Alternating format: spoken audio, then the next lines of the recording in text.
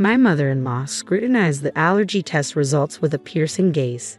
As soon as she confirmed our child's blood type, she erupted, "This is outrageous. This child can't be our son's. We all share the same blood type." She crumpled the test results in a fit of rage and hurled them to the floor. "I had my suspicions ever since you announced your pregnancy. You tricked our son into this." Calmly, I picked up the crumpled paper from the floor and examined it. Then I looked up and said, "Yes, mother-in-law, he's not your son's child. My name is Kay Forrester, 34 years old. I live with my husband, Jake, in a rented apartment in New York. Our relationship began as a workplace romance, and despite his busy schedule, Jake is a kind husband who actively helps with household chores. Even today, when I came home, Jake had washed the frying pan and dishes from breakfast. Welcome back. Try not to push yourself too hard with the overtime. You won't be able to handle it, okay?" he said. "I'm home," I replied. "Yeah, I know. But I can't just ignore it. I can't help it." While changing into my loungewear in the bedroom, I caught a whiff of a delicious aroma wafting from the kitchen. Tonight's dinner was my favorite, Jake's special fried chicken. I grabbed a can of beer from the fridge and noticed a big circle around the 10th on the calendar. "Oh, I completely forgot. Next Friday is our 7th wedding anniversary. Let's go out for dinner. I feel like having French for a change." "I thought you might say that. I've already made a reservation at a French restaurant in Manhattan," Jake replied. "Really? Thank you. I'm so excited." As I savored a mouthful of fried chicken, I found myself reflecting deeply on the 7 years that had passed since our wedding. We still don't have children. I had always thought that pregnancy would naturally follow marriage, but even after 1 year, 2 years, it didn't happen. My sister, who married 4 years after me, now has 2 kids, and my friends seem to be getting pregnant one after another. In the early years, I wasn't desperate and could genuinely celebrate the pregnancy announcements of those close to me. But now, even hearing about celebrities' pregnancies stings. I despise this part of myself that can't wholeheartedly rejoice in others' happiness. Why will we have a baby? My mobile search history was filled with keywords about pregnancy. Whenever I had a moment to myself, my thoughts would inevitably turn to having a baby. My mother-in-law only added to the stress. It seems the concept of taboo is foreign to her. She barged into our apartment the other day, making sarcastic comments about our childlessness and suggesting divorce. "So, when are you planning to get pregnant?" "I'm tired of waiting," she demanded. "Well, this isn't something we can control. I'm doing my best, you know," I responded. "Don't you feel sorry for Jake because he can't become a father?" "Actually, I also want to see Jake become a father soon. If you really feel that way, why don't you divorce him?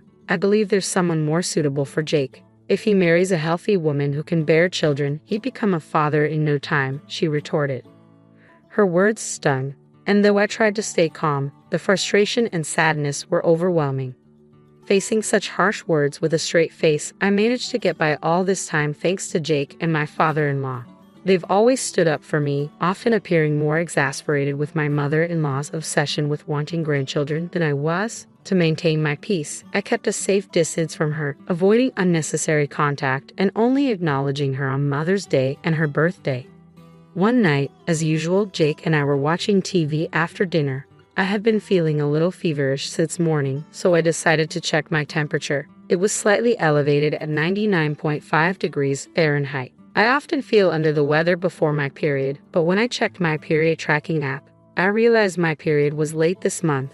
Hurriedly, I retrieved a pregnancy test from the bathroom cabinet. To my surprise, it showed 2 distinct lines indicating a positive result. "Jake, look at this," I said, holding up the test. "What does this mean?" he asked, eyes wide. "It means I'm pregnant," I replied, smile spreading across my face. "We're finally going to have a baby." Overwhelmed with joy, I burst into tears on the spot, reflecting on how much time and money we had spent to reach this moment. After verifying the pregnancy test result multiple times, Jake hugged me tightly. "Thank you for giving up alcohol, smoking, and going to the sauna. Starting today, you're free to enjoy them again."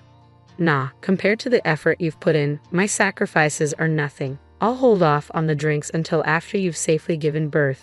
I'm already looking forward to that celebratory drink," Jake replied with a smile. A few days later, we visited the gynecologist, where the pregnancy was confirmed. "There's a baby in my belly," I marveled, experiencing the strange yet warm feeling for the first time. I didn't care about the baby's gender. I just wish for it to be born healthy. I can still vividly recall the moment when I first felt my child's movement in my womb. Every day, Jake would touch my belly and talk to her baby. "Hey, it's Daddy. Can't wait to meet you." "Hey, no, it's too early for you to be born," I'd remind him playfully. Right, my bad. You need to stay in the belly a little longer," he'd respond, laughing. Now, as I enter my 8th month of pregnancy, I feel a mixture of anticipation and excitement. I started my maternity leave and settled into a leisurely routine. One day, while watching a movie with Jake at home, I felt a sudden, rapid soaking sensation accompanied by a popping sound. I instantly realized my water had broken. I called the general hospital where I was scheduled to give birth, and they instructed us to come in immediately. We rushed there by taxi, my excitement outweighing any nervousness. I was finally about to meet my child. Upon arriving at the hospital, labor pains began, marking the start of a long and arduous process. Hours passed without the baby descending, and I reached my physical and mental limits. My screams echoed through the hospital. "I can't do this anymore. It hurts. It hurts." 15 minutes later, our baby finally arrived. "You did well," Jake said, tears streaming down his face as he patted my head. "He's adorable, our baby." The newborn baby was so tiny and fragile that I felt I might break it if I touched it. It was the most precious sight I had ever seen. Just a moment ago, this little one was inside my belly. As I held my baby's tiny, soft finger, a tear rolled down my cheek. I was certain I could do anything for this child. Despite being born prematurely due to my water breaking early and having a low birth weight, our child grew healthily. Time flew by, and before we knew it, it was time to prepare for preschool. "Hey, how about going to the shopping center next Saturday? We need to start buying stuff for preschool," I suggested. "What do we need to get?" Jake asked. "You know, a backpack, water bottle, lunchbox, that sort of stuff," I replied. "Don't they serve lunch at the preschool?" he inquired. "I think it depends on the place, right? Shouldn't we get an allergy test done before starting preschool?" "Ha! But we'll be packing lunch, right?" "Yes, but they provide snacks at preschool. Both of us have food allergies, don't we? We need to check if that has been passed on." "You're right, it's a concern. Yeah, let's take our child for an allergy test soon." The following week, we took our child to the hospital for an allergy test. There was a section of the questionnaire asking if we wanted to check the blood type as well. Since the blood type check was free, we decided to go for it. The test results will be sent to us by email later. The world has indeed become very convenient. A few days later, when I returned from shopping, there was an envelope in our mailbox. The allergy test results had arrived. After washing my hands, I immediately opened the envelope to check the results. As expected, our child has a few food allergies. I felt a bit guilty about this, but it's okay. Jake and I have learned a lot about managing food allergies. There are many alternative and allergy-friendly foods available, and some children's allergic reactions lessen as they grow. I put the test results on the refrigerator door with a magnet so Jake could check them later. "All right, I think I'll start preparing dinner," I said to myself. As I put away the groceries, the doorbell rang. Checking the footage of the front porch, I found my in-laws standing there unexpectedly. Frustrated by their unannounced visit, I opened the front door. "Hello, father-in-law, mother-in-law. It's been a while." "Okay, we're sorry for dropping by unannounced. I told Lisa that we should have informed you in advance," my father-in-law said. "We don't need to inform anyone when visiting our own son's house. Now, please let us see our grandchild," my mother-in-law declared, barging in and spreading out the children's clothes and toys she was holding all over the living room. "All high-end stuff," she noted. My mother-in-law is a brand fanatic, the complete opposite of me, as I have no interest in luxury brands. I started boiling water to make tea for my in-laws. "Wait a minute, Kay, what are you doing?" my mother-in-law asked. "Oh, I'm just about to serve tea. Please wait a moment," I replied. "I don't want to drink such cheap tea. Don't you have any other beverages?" my mother-in-law said, striding confidently over to the fridge. But then she froze in front of it, her gaze fixed on the paper stuck to its surface. "What's this?" "Oh, we thought of having an allergy test done before our child starts preschool," I explained. "That's not what I meant. I'm talking about this blood type," she insisted. "Ha!" I followed her gaze to the blood type next to her child's name. It read type A. My mother-in-law's face turned beet red as she started yelling at me. "Okay, you are the worst. Calm down, please, mother-in-law, I urged, trying to diffuse the tension. How can I stay calm? This is not our son's child. All of us are type O. With a burst of anger, my mother-in-law crumpled up the test results paper and threw it on the floor. I knew something was off when you announced your pregnancy. Okay, you cheated. I want you to divorce Jake. Of course, we'll be seeking compensation. I calmly picked up the crumpled test result paper from the floor, and then I was certain of something. Actually, mother-in-law, it's the other way around. Jake is not your son. Jake has type O blood. Upon hearing this, my mother-in-law became enraged, claiming it was impossible because both she and my father-in-law have type O blood, accusing me of lying. She insisted that their son should also have type O blood as per what she heard at the time of his birth. My mother-in-law wasn't aware that a newborn's blood type is not reliable and can change as they grow. Here's the proof, I said, seizing the moment to show her a piece of paper. It was the results of a blood test that my husband Jake had taken as part of our infertility treatment.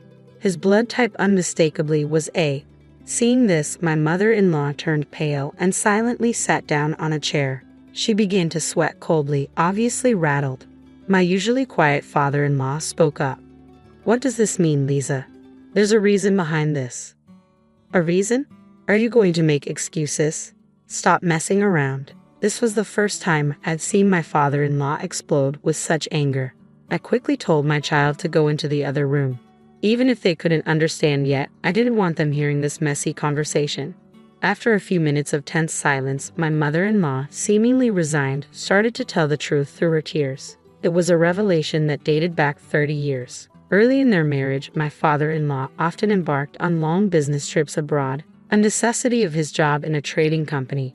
Despite the circumstances, he had no choice but to accept these assignments.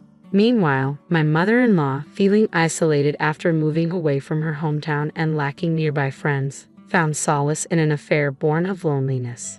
Shockingly, that other man was a junior colleague my father-in-law held in high regard. It was a revelation that shattered the illusion of our family's history. Jake, unwittingly at the center of it all, was the child born from the affair between my mother-in-law and her lover. How would Jake react to this bombshell? My worry for him consumed me. Yet to my surprise, Jake seemed oddly unfazed by the news. He never verbalized it, but his calm demeanor suggested he may have known the truth all along, perhaps from the subtle clues that hinted at his non-biological connection to his parents. Since the day the shocking truth was revealed, I haven't crossed paths with my mother-in-law at all. There was one email from her, but I deleted it without a second thought. Later, my father-in-law, understandably outraged by the decades-long deception, presented divorce papers to my mother-in-law. It was a necessary step. With her history of infidelity, my mother-in-law had no grounds to refuse, and the divorce was finalized smoothly. My mother-in-law, who had lived a life of luxury as a stay-at-home wife fully dependent on my father-in-law, now seems to be grappling with the reality of making ends meet. I wonder if she's considering finding employment. I ponder if there's a place where she can start working. Well, it's none of my business. When I think about what my mother-in-law did to my father-in-law and the hurtful words she directed at me, there's no room for sympathy. On the bright side, the relationship between my father-in-law and my husband Jake is still strong. It was all my mother-in-law's doing, and Jake is blameless. Even without a biological tie, after 30 years of raising him, he's truly my son, my father-in-law assured Jake. Despite the divorce from my mother-in-law, my father-in-law continues to show kindness not only to Jake but also to me and our child. He takes us out to eat once a month and even brings back souvenirs from his trips for us. Previously, I used to wake up in the morning dreading what unpleasantness the day would bring. But now, I wake up with anticipation, wondering what wonderful things will happen. My world is beginning to brighten. Another new day unfolds. Today, as I wake up, my husband and child prepare breakfast, pack lunches, and change clothes. There's so much to do. Surrounded by my beloved family, I am genuinely happy. My name is Catherine. I'm 34 years old, and I've been staying with my mom at our family house ever since my dad died 3 years ago. I decided to stay because I didn't want to leave my mom alone. So I've been here for 3 years now. During this time, some really bad people came to see us. These people were my own brother, Bob, and his wife, Jane. I've known Bob since he was born, and Jane has been his girlfriend since they were in middle school. Bob used to bring Jane home during vacations, so I got to know her too. To be honest, I can't forget about those two. They used to bully me just for fun. Both of my parents were usually busy with work, so they weren't around much on weekends. But when they were gone, that's when the bad stuff happened. We lived in a big mansion that my dad, who was a CEO, built for us. But one time, they told me to play hide and seek in the mansion, and when I hid in a closet, my brother and Jane filled it with stuff, trapping me inside. I'd be stuck in there until just before my parents came home, and then my mom would scold me for messing up the closet. One day, my mom came home early from work and caught Bob and Jane stuffing me in the closet and blocking the door. She was really mad.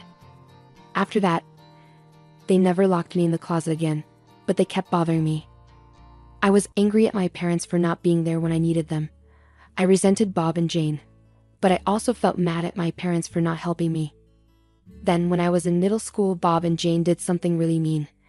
They cut up my school uniform with scissors, wrote all over my textbooks, and even ruined my cushions and bedding. I found out later that Bob and Jane were in high school at the time, and they were angry because they got bad grades on their exams and their parents scolded them. That's probably why they took such a mean revenge on me. I was shocked in my messed up room. Why was this happening to me? Why wouldn't anyone help me? I stood there lost in those thoughts. Then, when I didn't come to dinner, my mom came to check on me and saw my room. She screamed, and my dad came running too. My brother came in last, struggling to hold back his laughter. He couldn't help but chuckle sometimes. Surprised, my parents looked at me as I said, "Mom, Dad, I want to leave this house." Tears started flowing as soon as I spoke.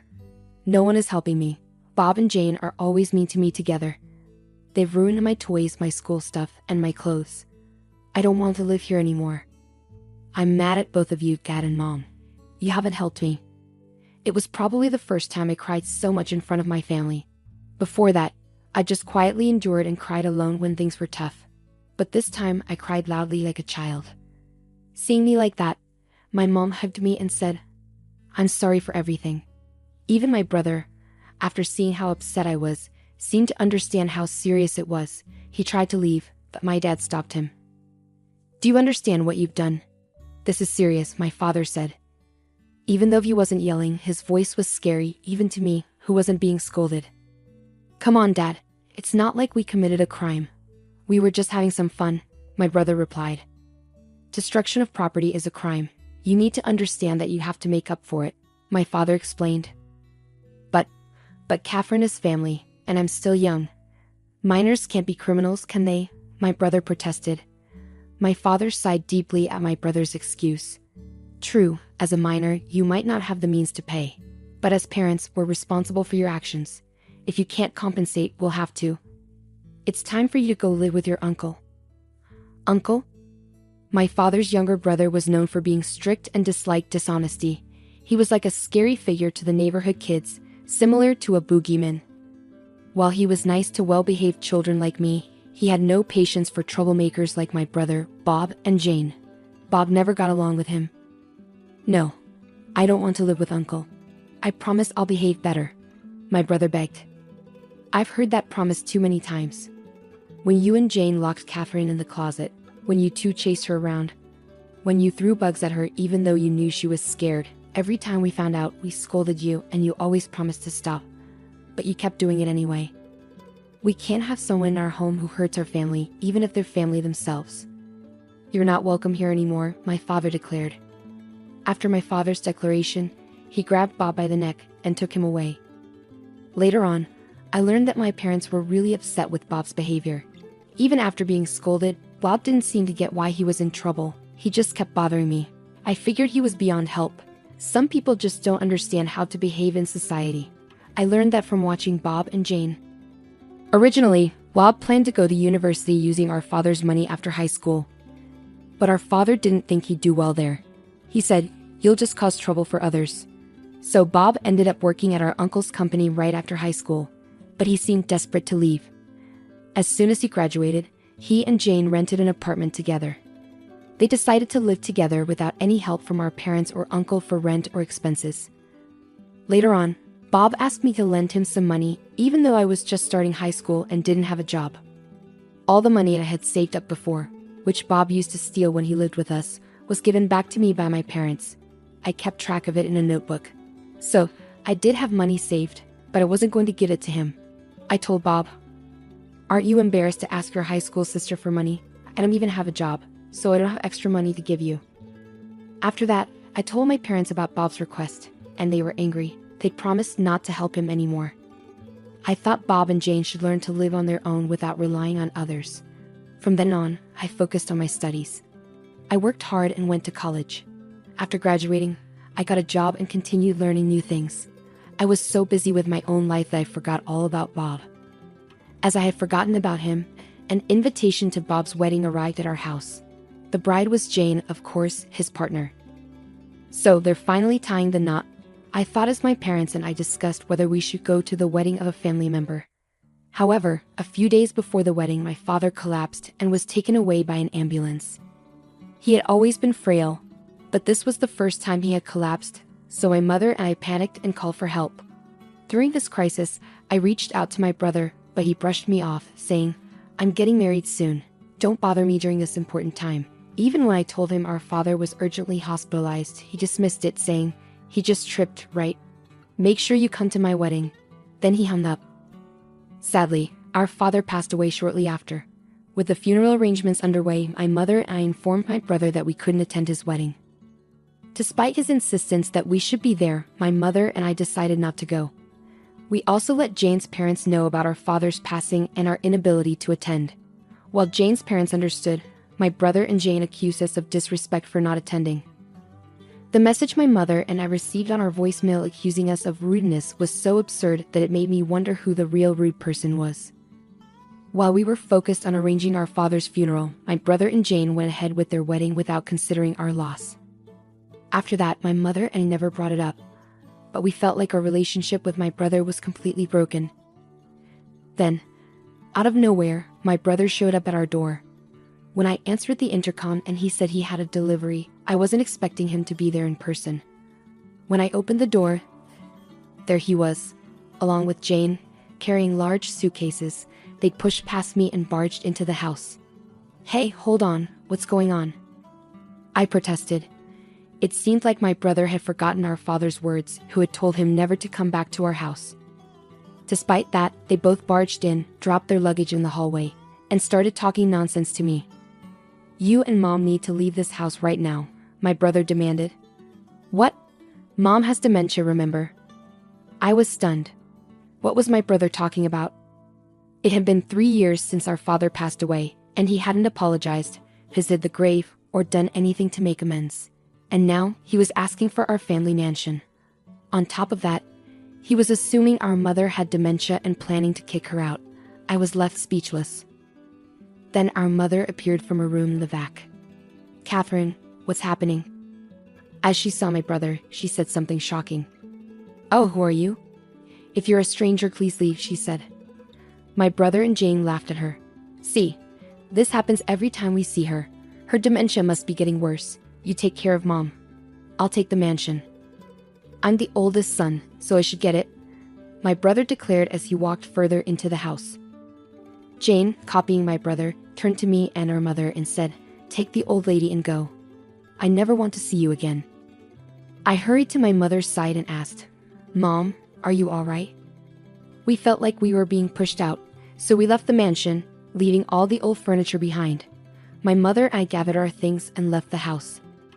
Luckily, a friend of mine who heard about our situation offered us his house. He was overseas and couldn't take care of it himself. Originally, his cousin looked after the house, but since he's moving to another state next year, it seemed like a good opportunity for us. When we arrived at the house and unpacked, my mother and I finally felt relieved. Then my mother chuckled and said, "We've left that house, but I still don't like how Bob and Jane behave.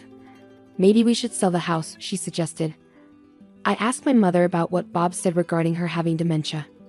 She explained, "That's just a story they made up.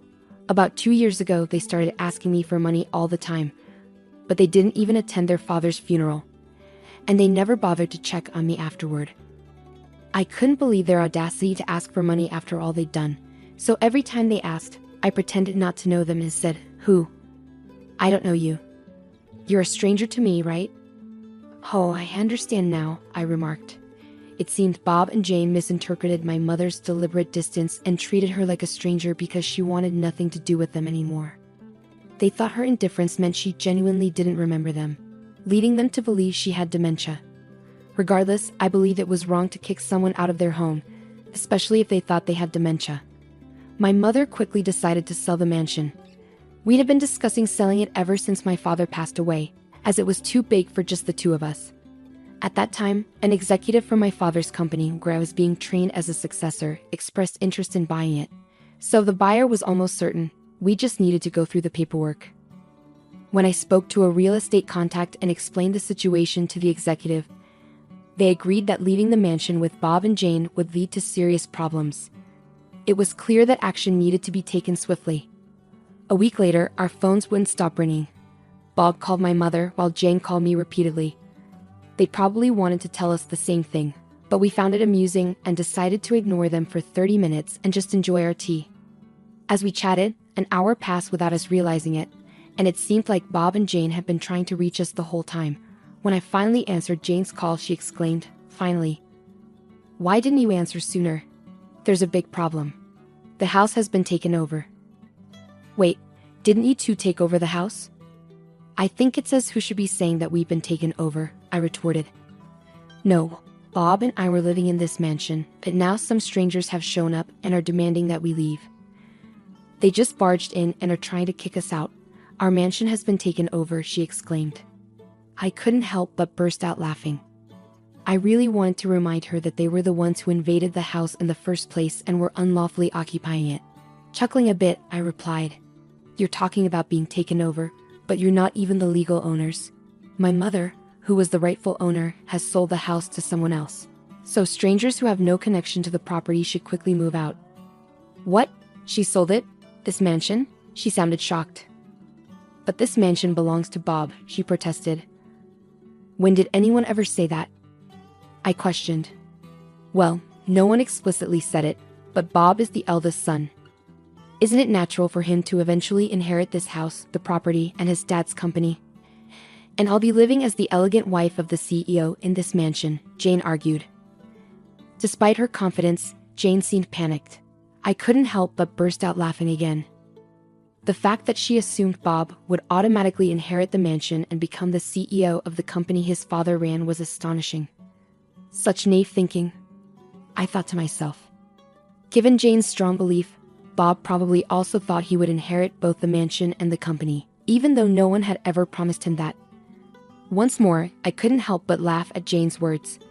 Bob is the boss, and you're his wife? How can you even think that's possible? You both started at the company without any special training or education to run it, I chuckled. Jane seemed surprised by my teasing. She shot back. Well, I might inherit the company from my uncle then. I laughed even harder. You should check the company news first. And about my uncle's business, his cousin's son is already running it. What?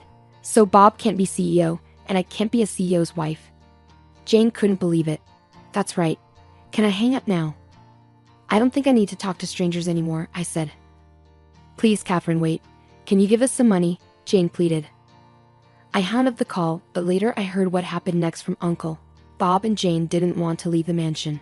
They clung to the pillars and refused to go. Uncle had to come and pick them up. It turns out, since they were hired by Uncle's company, they were undergoing strict training, and they were so scared that they cried when Uncle took them away.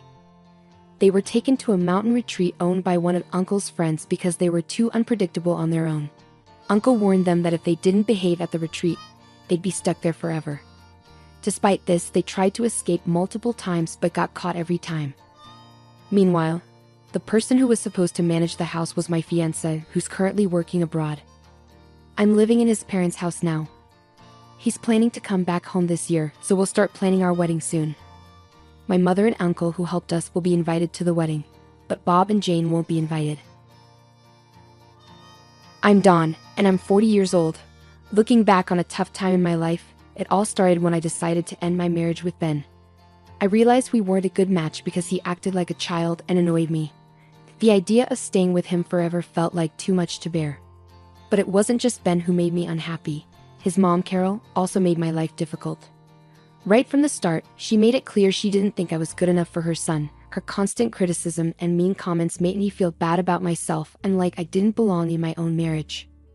I remember many times when Ben's immaturity and Carol's meddling caused problems for us. There were evenings after work when I hoped for a calm time at home, but Ben would be busy playing video games, ignoring me and our shared responsibilities.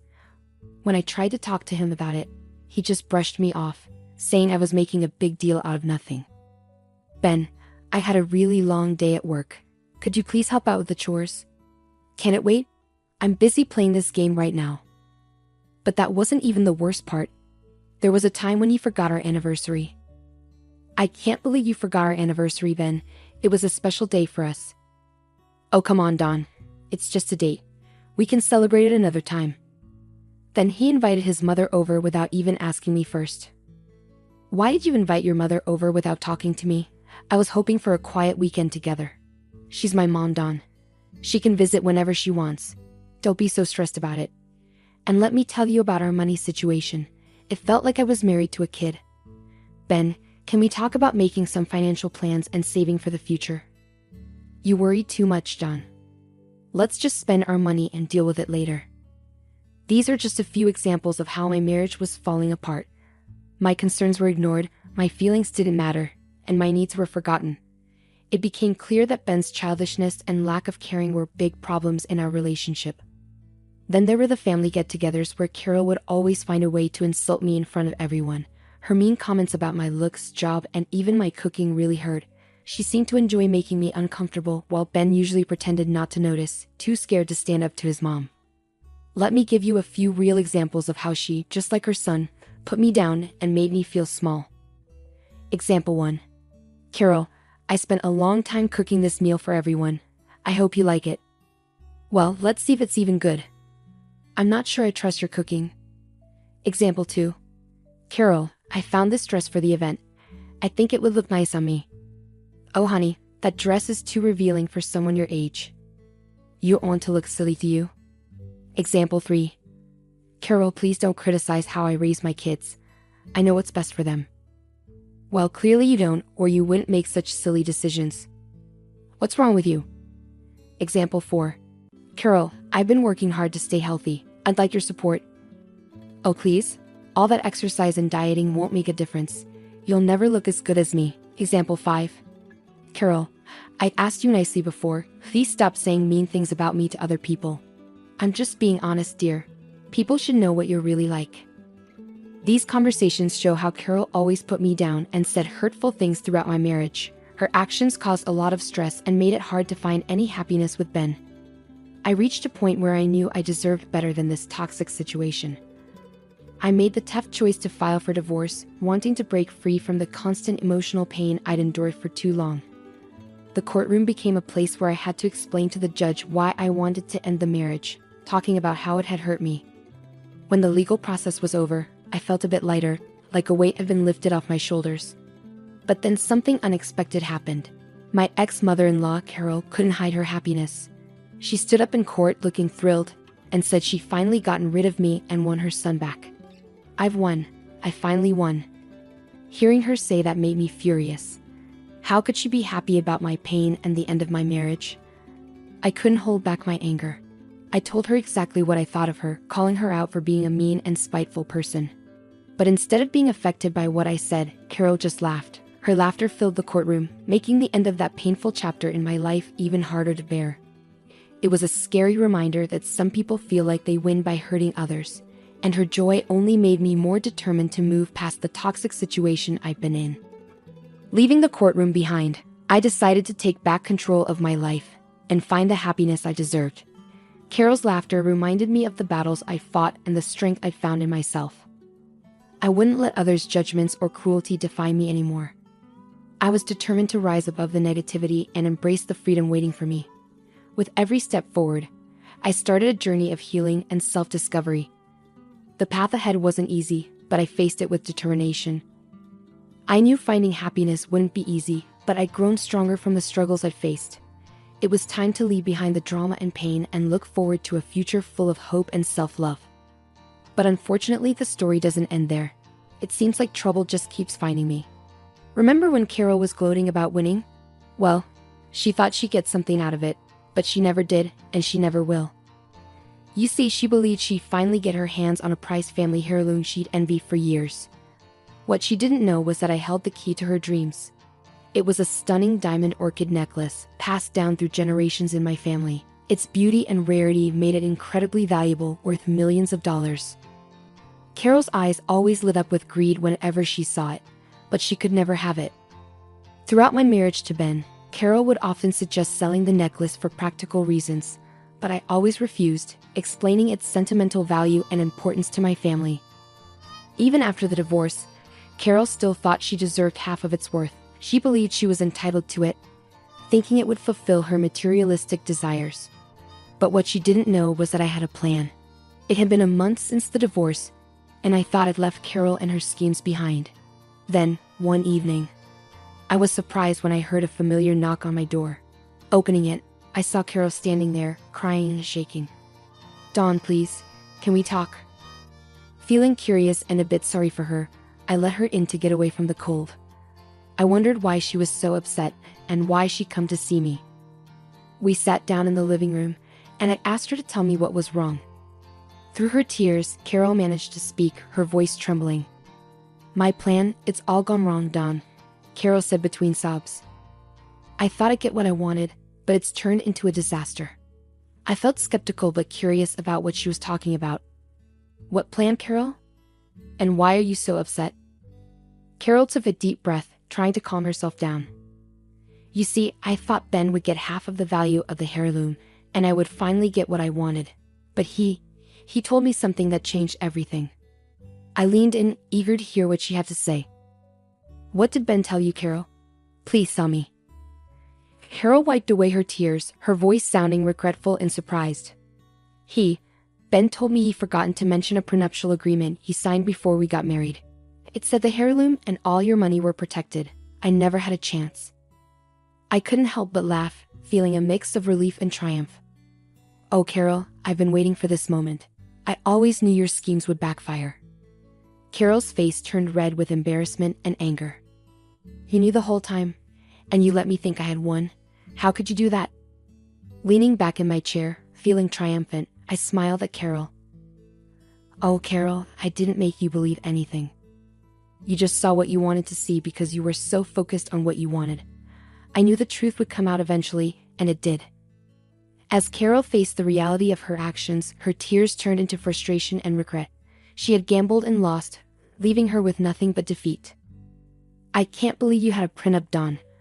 I was hoping to get some of your money after the divorce." "Carol, this isn't about being a good wife. It's about protecting myself and what's mine from people like you. I was smart enough to look out for my future. Don't be upset, Carol. You're the one who tried to trick and manipulate others for your own gain." Reluctantly, Carol pulled herself together, glaring at me with a mix of anger and resignation. "Heartless. You dare to call me heartless, Carol? Look at how you treated me during my marriage to Ben. You were mean, cruel, and always trying to control everything." As Carol stormed out, the room fell silent. The weight of her failed plans hit her hard. It was clear that her greed and deceit had led to her downfall, leaving her with nothing. I stayed strong, knowing I had to stand up for myself and what was mine. I had learned that trust and love shouldn't blind me to betrayal. As Carol reluctantly composed herself, she shot me a glare filled with anger and resignation. The bitterness of her own decisions hung heavy in the air as she muttered one word: "Heartless." I couldn't let that slide. "You call me heartless? Carol, look at how you treated me during my marriage to Ben. You were mean, cruel, and always trying to control everything." "I never treated you badly," Dawn firmly asserted. "You're exaggerating, Dawn." "Oh, really? Let me remind you of the time you purposefully excluded me from family events, constantly belittled my achievements, and spread rumors about me behind my back. You enjoyed seeing me suffer," Carol retorted, frustration evident in her voice. "I did no such thing. You're just trying to paint me as the villain." "Stop denying it, Carol. I've had enough of your lies and manipulation." "Get out of my house, please," Dawn demanded, her patience wearing thin. "Dawn, please, just give me some money. I really need it," Carol pleaded desperately. I'll give you 30 seconds to get off my property, or I'll call the police. This is your last chance, Dawn warned seriously. You can't treat me like this, Dawn. We're family. Family should be kind to each other, Carol argued angrily. Goodbye, Carol, Dawn said firmly as Carol left, looking upset and defeated. As the seconds passed, Carol's face showed a mix of anger, shock, and feeling like she lost. She realized she couldn't control Dawn like she wanted to. Reluctantly, she walked towards the door. The tension between them filled the air. Carol gave one last look before leaving, stepping into an uncertain future and facing the consequences of her actions. I stood tall, feeling both relieved and free. I had cut off ties with something toxic and took back control of my life. The next day rolled in, and yet another person from my past tried to make amends. What do you want, Ben? I asked, my voice cold and unwelcoming. Dawn, I need your help. I'm in a tough spot right now. And I thought maybe. Ben's voice trailed off, sounding desperate. Forget it, Ben. I don't want to hear your excuses. You had the nerve to call me instead of facing me in person. How cowardly can you get? I interrupted, my patience running out. I thought this approach would be better, Dawn. Please just listen to me, Ben pleaded, his voice trembling. All right, Ben. Go ahead. Explain to me how you always put down my goals, laughed at my dreams, and made me feel inadequate. Do you recall those instances? I confronted him. I'm not sure what you mean, Dawn. We had our differences, but Ben started, but I interrupted him. Disagreements? Is that what you call it? I call it emotional abuse. You constantly underestimated me, trying to crush my spirit, but I'm done with it. I deserve better, I declared firmly. Please, I'm sorry for everything. I'm in a tough spot right now, and I thought maybe you could help me out. Ben's voice trailed off once more, his desperation evident. It's ironic, Ben. You agreed to the prenup, yet now you're here begging and pleading. I didn't fully understand what I was signing. I just knew I loved you. Stop pretending, Ben. You probably expected me to change my mind, I remarked sharply, my tone cutting through the air.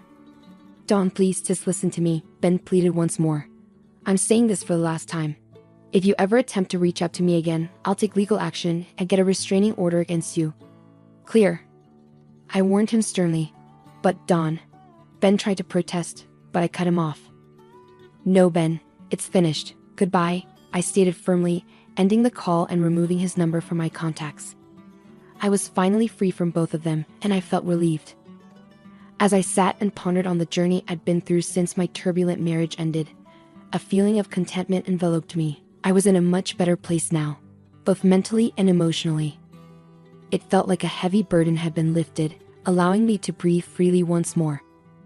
Life had taken an unexpected turn, and I found myself enjoying the simple pleasures it offered. I embraced my newfound freedom and delved back into the dating scene, meeting new people and relishing the excitement of forming romantic connections. Throughout this journey, I learned to value myself and refused to settle for anything less than the love and respect I deserved. Alongside the thrill of new relationships, I discovered strength and empowerment in sharing my story with others. The struggles I faced during my marriage inspired me to write a memoir, documenting the challenges I overcame. It became a symbol of my inner strength and offered hope to others who had faced similar hardships. Meanwhile, I couldn't ignore the bitterness of my ex-husband and mother-in-law. They seemed envious as they watched my success and happiness grow. They had underestimated my resilience, and now they faced the consequences of their actions. It was a satisfying reversal of fortune. Though I had moved away from their toxic influence, they still tried to damage my reputation, but I was determined to rise above their negativity and continue thriving. Despite Carol and Ben's futile attempts to tarnish my reputation, I refused to be silenced or underestimated. I remained steadfast in protecting my integrity and had taken legal action against them for their slanderous words. Their efforts to provoke me only fueled my determination to hold them accountable for their actions. As I faced this new chapter, I felt grateful for the inner strength I had found and the support of my friends and loved ones who stood by me. Surrounded by a network of uplifting individuals, I felt inspired to keep reaching for my goals. Their unwavering encouragement reminded me that I was capable of overcoming any obstacle. From the ruins of my failed marriage, I rose stronger and wiser than ever. I learned to value myself, set boundaries, and pursue my happiness without apology. The journey was tough, but it led me to self-empowerment and a life that was truly mine. My story wasn't just about pain and struggle, it was about resilience and triumph. I conquered the shadows of my past and stepped into a future full of promise. With each new chapter I wrote, I felt a renewed sense of purpose, embracing the joy that had been missing for too long. With every stroke of my pen, I reclaimed my voice, my strength, and my freedom. My goal wasn't to drag them down, but to rise above, showcasing the resilience and dignity within me. I was Dawn, the phoenix who emerged from the ashes, and I was prepared to soar higher than ever before, leaving my past behind me. Did the old lady die? That's what the man asked, but it made me really mad. He was my ex-husband who left his blind mom to be with his new girlfriend. It's crazy to think he came from my kind mother-in-law. His words made me so angry. You must have had it tough too, right? Now you can do whatever you want, but I guess there's only so much an old lady like you can do. He laughed loudly and rudely, making it hard to show how mad I was. I just smiled back at him. Well, I actually just inherited $3 million, so I'm going to enjoy my freedom, I said, wiping the smirk off my ex-husband's face. He never thought he'd end up needing my forgiveness someday. My name is Grace, and I'm 63 years old now. I got married when I was young and moved in with my in-laws. They were kind people, but unfortunately, my husband turned out to be a big letdown. I divorced him when I was 53. At that time, our daughter Mary was 18, and our son Jack was 15. It was a tough time because we had to pay for their education, and I also had to take care of my blind mother-in-law. I met my ex-husband John at work. I was 18 when I joined the company, and he was 24, already a senior there.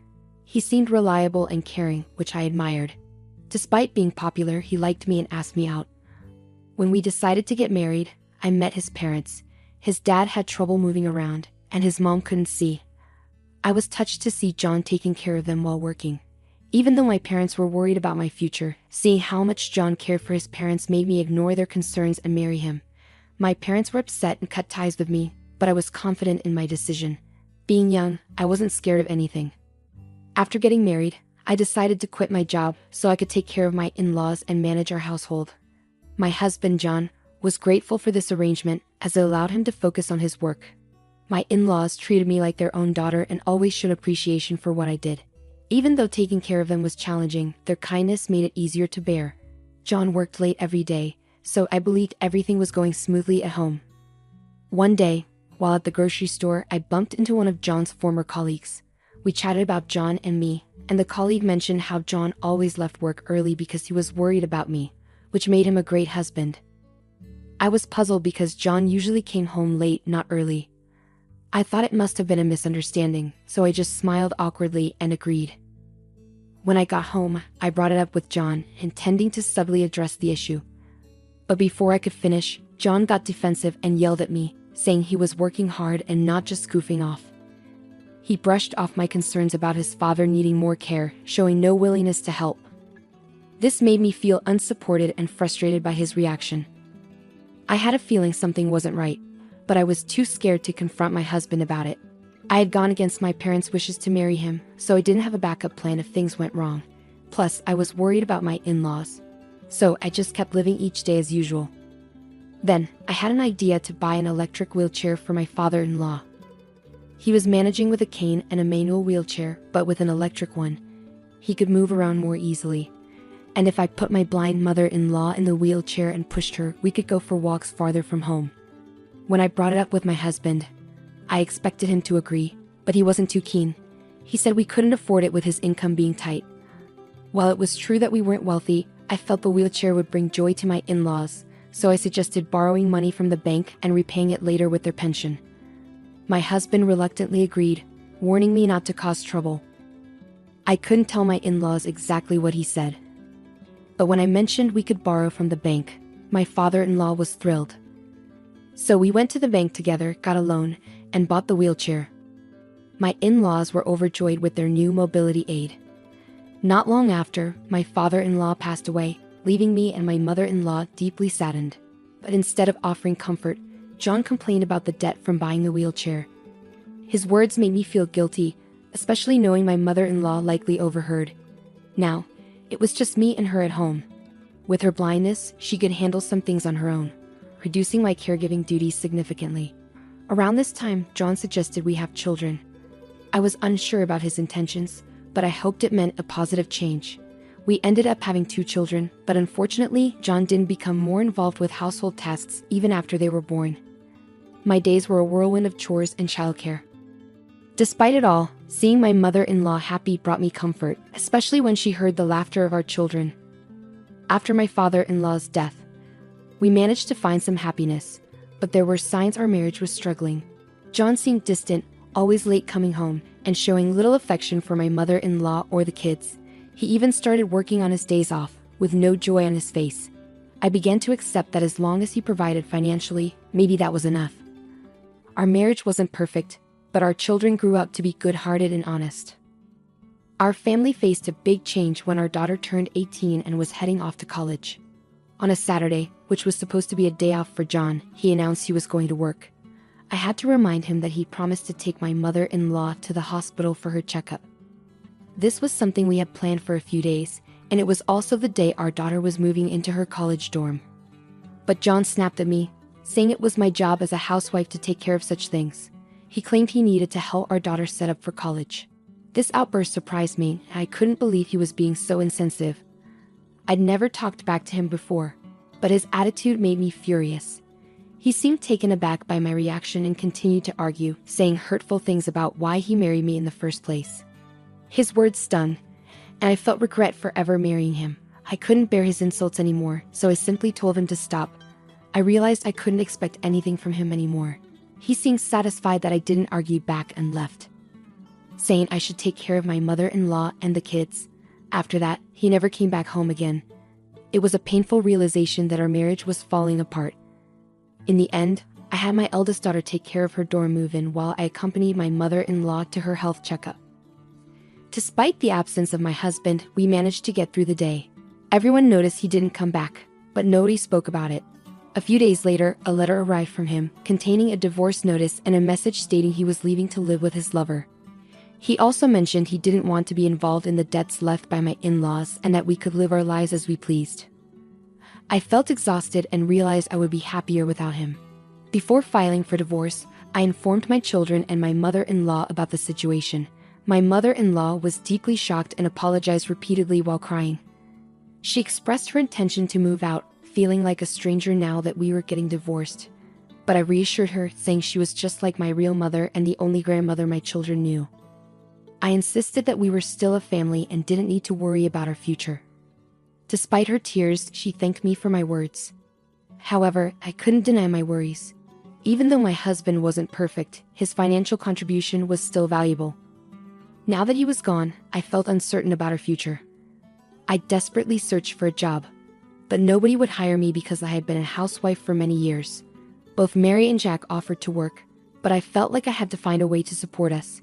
However, my mother-in-law surprised us by telling me not to worry about working and to focus on going back to school if I wanted. She assured me that she would take care of everything. We were puzzled by her offer, but she insisted, and our lives continued without any major changes. If anything, it felt like we could live more comfortably than when my husband was around. I decided to file for divorce with the help of a lawyer. My mother-in-law wanted to report him missing, but I had no desire to see him again. Surely she must want to see her son, my ex-husband, I thought. But even after she reported him missing, my ex-husband was never found. About 2 years ago, my mother-in-law passed away to join my father-in-law. Sadly, she never got to reunite with my ex-husband during her lifetime, even though he's her son. I felt like I should contact him, but when I tried to find his address, there was nobody living there. Reluctantly, we held a small funeral for my mother-in-law with just the 3 of us. And now, unexpectedly, my ex-husband stands before me. I saw him while I was out shopping alone. At first, I thought I had mistaken him for someone else and tried to ignore him, but he kept staring at me. It's probably not a mistake, I thought, deciding to ignore him, but he persisted, saying, "Grace, right? You're as glum as ever. How rude." The woman next to him laughed softly, adding to my irritation. Just as I was about to walk past them, he said, "Did the poor old hag already kick the bucket?" I stopped in my tracks, glaring at my ex-husband. "Who are you calling a poor old hag?" I asked sharply. He smirked and replied, "You know who I mean, right? Your blind mother-in-law. Heard she passed away. Must have been tough for you, but hey, now you're free to do whatever." Well, within limits, I guess. His crude laughter grated on my nerves, but I knew showing anger would only give him satisfaction. So I forced a smile and replied, "Actually, I inherited $3 million, so I don't have to work anymore. I'm enjoying my freedom, thanks." The smirk on his face disappeared at my unexpected response. "See ya," I said, turning to leave. But he seemed stunned, calling out to me hurriedly, Wait a minute. An inheritance of $3 million. What are you talking about?" he asked incredulously. "What am I talking about?" "I mean exactly what I said. Thanks to your disappearance, I was able to inherit smoothly without you in the picture," I replied with a hint of satisfaction. My ex-husband's face went pale. "You're kidding me. I'm her son, right?" "I didn't hear about any inheritance. I should have a right to get a share too," he insisted. I couldn't help but smirk. "Well, technically yes, but you were gone." "Did you know that after 7 years of disappearance you are considered legally dead?" I said, enjoying the turn of events. "What? So your mother-in-law's inheritance was willed to me, your eldest son and eldest daughter?" "You have no role in this anymore," I asserted confidently. My ex-husband looked utterly bewildered, and I had to resist the urge to burst out laughing. I now understood why my mother-in-law had urged me to file a missing persons report after she passed away. A lawyer representing her estate appeared and explained everything to me. It turned out that my mother-in-law's family were landowners, but she had cut ties with them, much like I had with my own family. However, she still had the right to inherit. When her parents passed away, she inherited without telling anyone. Thanks to this unexpected windfall, we were able to live without financial worries. I once asked my mother-in-law, "Mrs. Young, how are you managing your money? If it's a pension or something like that, please use it however you like." Her response was simple yet profound. "I'm using it as I please to live a happy life with my family." And that's exactly what we did. I knew the money my mother-in-law had wasn't from a pension, judging by how freely she spent it, but it was definitely hers. Even though we were struggling financially, we decided to accept her generosity gratefully. Her inheritance was far more than she could ever spend in her lifetime. The only problem was my husband's presence. If something were to happen to her, he would inherit everything. But she didn't want that. During a consultation with a lawyer, my husband vanished. She thought he had finally cut ties with us. While she was sad to leave us, she planned to move into a nursing home with assisted living and use up most of her inheritance so she wouldn't leave any problems behind. However, my eldest son, eldest daughter, and I all expressed that we saw her as family and wanted to continue living together. This brought her immense happiness. Wanting to pass on her inheritance to us, she followed her attorney's advice and filed a missing person report for my husband. Following the law, my husband left home, and after 7 years, he was legally treated as if he had passed away. 1 year later, when my mother-in-law passed away, her inheritance was passed on to her oldest son and daughter. Even though I didn't have a right to inherit in place of my husband, my mother-in-law made sure to include me in her will. Thanks to her love and foresight, we were able to receive her generous legacy. Because of her, your mom paid for all of Jack's and Mary's school fees and living costs. That's why we could live happily. I thanked my ex-husband for leaving. When I said this to my ex-husband, he looked really surprised with his mouth wide open. He deserved it. Later, my ex-husband contacted me, saying he should get some of the money from the inheritance. I couldn't believe how mean he was after all these years. But legally, there's no inheritance for someone who's officially declared dead. I've told him this many times, but he still wants to argue about it. I spoke with a lawyer about my ex-husband's request to inherit. The lawyer explained that to inherit anything, my ex-husband would need to go through several legal steps, like canceling the missing person report. Usually in cases like ours, grandchildren end up inheriting the estate. We had no plans to give my ex-husband any money. I told him exactly what the lawyer said. If he wanted to inherit, he'd have to pay inheritance tax too. When I mentioned all these procedures to him, he went quiet. Our kids were there too, and we talked it over. I can't take time off work. I can't deal with all these legal steps, and I shouldn't have to pay inheritance tax.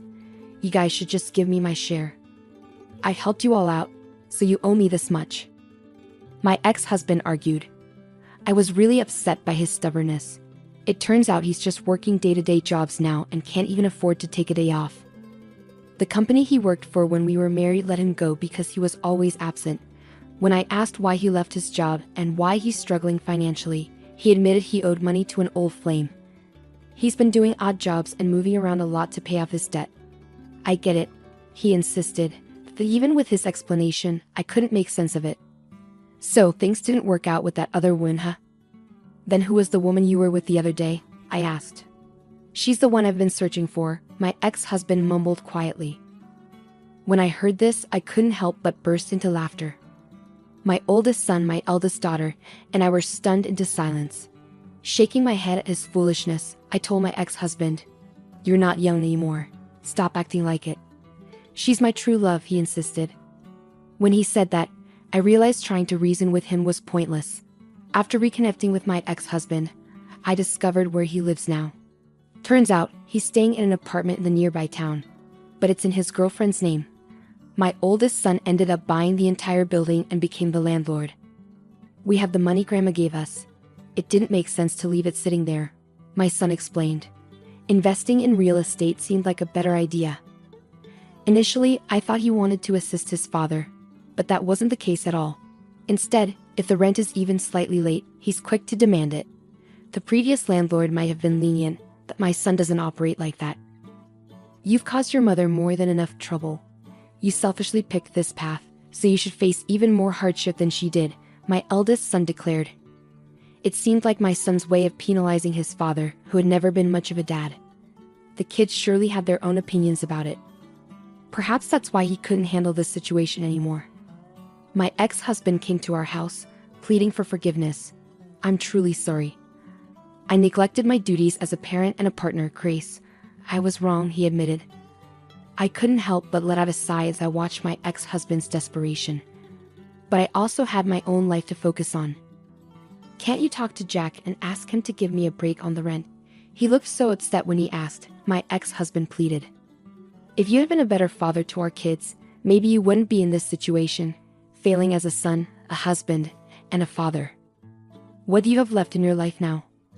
What was it all for?" "You need to seriously think about that," I responded. My words left my ex-husband speechless, and he walked away without saying anything. He looked so small as he left. Eventually, my ex-husband got kicked out of his apartment because he couldn't pay the rent. His new place seems to be in an old building where it's chilly and drafty. He's still living day to day, taking whatever jobs he can find. On the day we reconnected, he apparently ended things with the woman he was living with when he left our apartment. It seems he was covering her living expenses even after he got kicked out for not paying rent. I suppose it couldn't be helped. Instead, he should probably be grateful that his girlfriend stayed with him for as long as she did.